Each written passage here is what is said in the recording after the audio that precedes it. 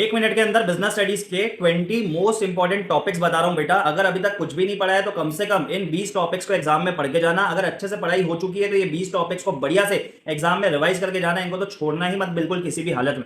सबसे पहले chapter number 1 से 2 टॉपिक है, लेवल्स ऑफ मैनेजमेंट एंड दूसरा कोऑर्डिनेशन। कोऑर्डिनेशन में आपको मेन पढ़ना है एसेंस ऑफ कोऑर्डिनेशन की, why is coordination called the essence of management, and इसमें नेचर और इंपॉर्टेंस भी है कोऑर्डिनेशन के, उसको भी अच्छे से देख लेना है, टॉपिक छोड़ना मत। चैप्टर नंबर 2 में आपको फेल के प्रिंसिपल्स बहुत अच्छे से पढ़ने हैं बेटा, उसको तो आप छोड़ के जा ही नहीं सकते बिल्कुल एग्जाम के अंदर। तो 14 प्रिंसिपल्स है, पूरे अच्छे से देख लेना, कोई भी प्रिंसिपल आपको एक्सप्लेन करने आ सकता है एग्जाम के अंदर। तीसरा आपको थर्ड चैप्टर के अंदर डायमेंशंस ऑफ बिजनेस एनवायरनमेंट बहुत अच्छे से करने हैं case study point of view से।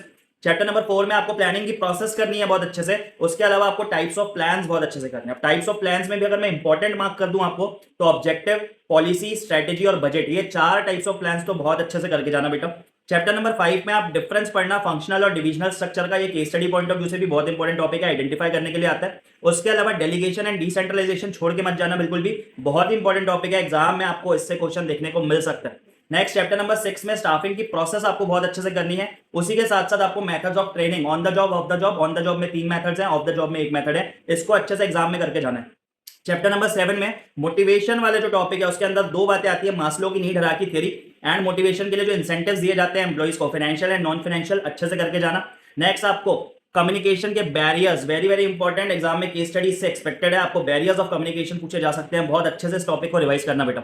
चैप्टर नंबर 8 में एक ही टॉपिक आपको बहुत अच्छे से पढ़ना है, दैट इज कंट्रोलिंग की प्रोसेस, उसको पढ़ लोगे, उसके अलावा बहुत ज्यादा ऐसे क्वेश्चन एक्सपेक्टेड रहता नहीं है।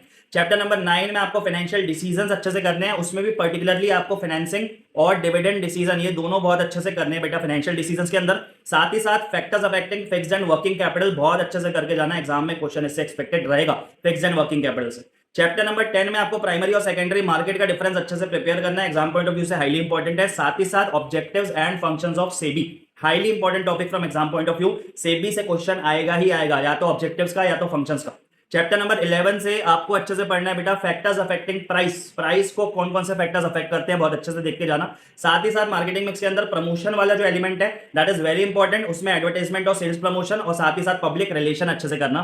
चैप्टर नंबर 12 में आप कंज्यूमर राइट्स अच्छे से करके जाना और साथ ही 3 टियर रिड्रेसल मैकेनिज्म अच्छे से, उसकी लिमिट्स अपडेट हो चुकी है, उसके लिए मैंने अलग से एक वीडियो बनाया है, एक बार उस वीडियो को देख लेना ताकि आपको अपडेटेड लिमिट्स पता चल जाए बेटा, वही आपको एग्जाम में फॉलो करनी है। दैट्स इट, इतना कर लो कम से कम, बहुत अच्छा आपका कल का पेपर जाएगा बेटा। ज्यादा से ज्यादा इस वीडियो को अपने फ्रेंड्स के साथ शेयर कीजिए ताकि सबको इंपॉर्टेंट टॉपिक्स ये सारे पढ़ने में हेल्प मिले। Thank you.